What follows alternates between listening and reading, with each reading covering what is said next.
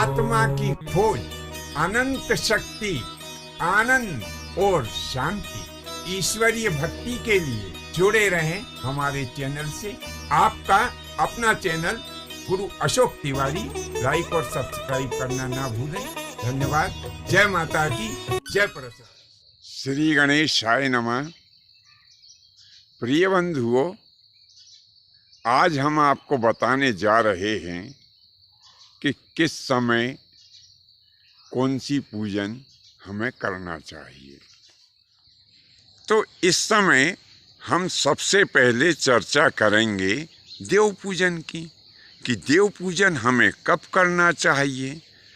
तो शास्त्रों में इसका समय बताया गया है कि रात्रि में जो 4 बजे का समय होता है, जिसे ब्रह्म मुहूर्त कहते हैं। अब यह ब्रह्म मुहूर्त रात्रि को 4 बजे से लेकर के और सूर्य उदय होने के पूर्व यानी लगभग 6 बजे तक यह ब्रह्म मुहूर्त रहता है। तो इसी ब्रह्म मुहूर्त में हमको देव पूजन करना चाहिए। दूसरा एक और समय देव पूजन का बताया है, वह कब का है?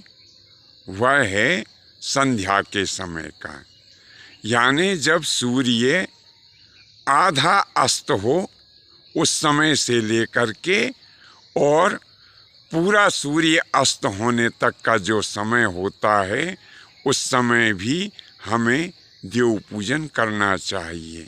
तो यह संपूर्ण दिन में 2 समय देव पूजन के शास्त्रों में निर्धारित किए हैं।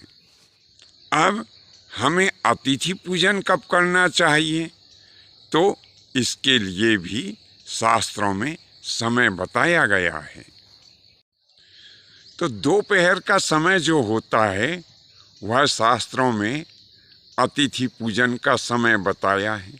अब ये दोपहर का समय कौन सा समय होता है, तो हम स्पष्ट कर दें कि 9 बजे से लेकर दिन के 12 बजे तक का समय दोपहर का समय कहलाता है और इस समय हमें अतिथि पूजन करना चाहिए। अब इसमें भी अति विशेष बात ऐसी है कि यदि कोई अतिथि हमारे यहाँ पधारे हैं और उनके पास में अधिक रुकने का समय नहीं है, यानी वे 9 बजे से 12 बजे तक हमारे यहाँ किसी कारणवश नहीं रुक सकते हैं, या इस समय के आगे पीछे अतिथि आए हों और वे नहीं रुक पा रहे हों, तो उनके लिए विशेष नियम ऐसा है कि फिर वे जिस समय भी आए हों और वे जिस समय हमारे घर से प्रस्थान करना चाह रहे हों, उसी समय के बीच में उन अतिथि का भी हमें पूजन कर देना चाहिए। फिर कोई नियम की बाध्यता उनके लिए नहीं रहती है।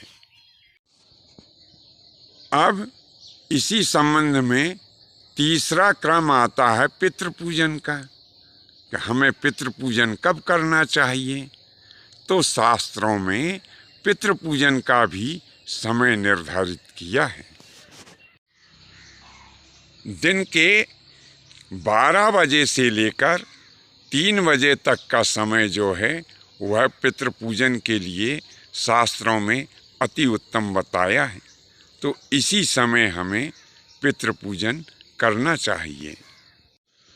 तो जिस पूजन के लिए अथवा जिस कार्य के लिए शास्त्रों में जो समय निर्धारित किया है, हमें चाहिए कि हम वह कार्य अथवा वह पूजन उसी समय पर ही संपन्न करें, क्योंकि अनुचित समय पर किया गया भोजन और अनुचित समय पर किया गया कार्य हर हमेशा नुकसानदेह होता है, और अनुचित समय पर किया गया भोजन और अनुचित समय पर किया गया कार्य जगत में हमें निंदा का पात्र भी बना देता है। बंधुओं, आज के लिए बस इतना ही। शेष अगले भाग में नए विषय के साथ में आपकी सेवा में उपस्थित होंगे। आज्ञा दीजिए। धन्यवाद। जय माता की, जय परशुराम जी की।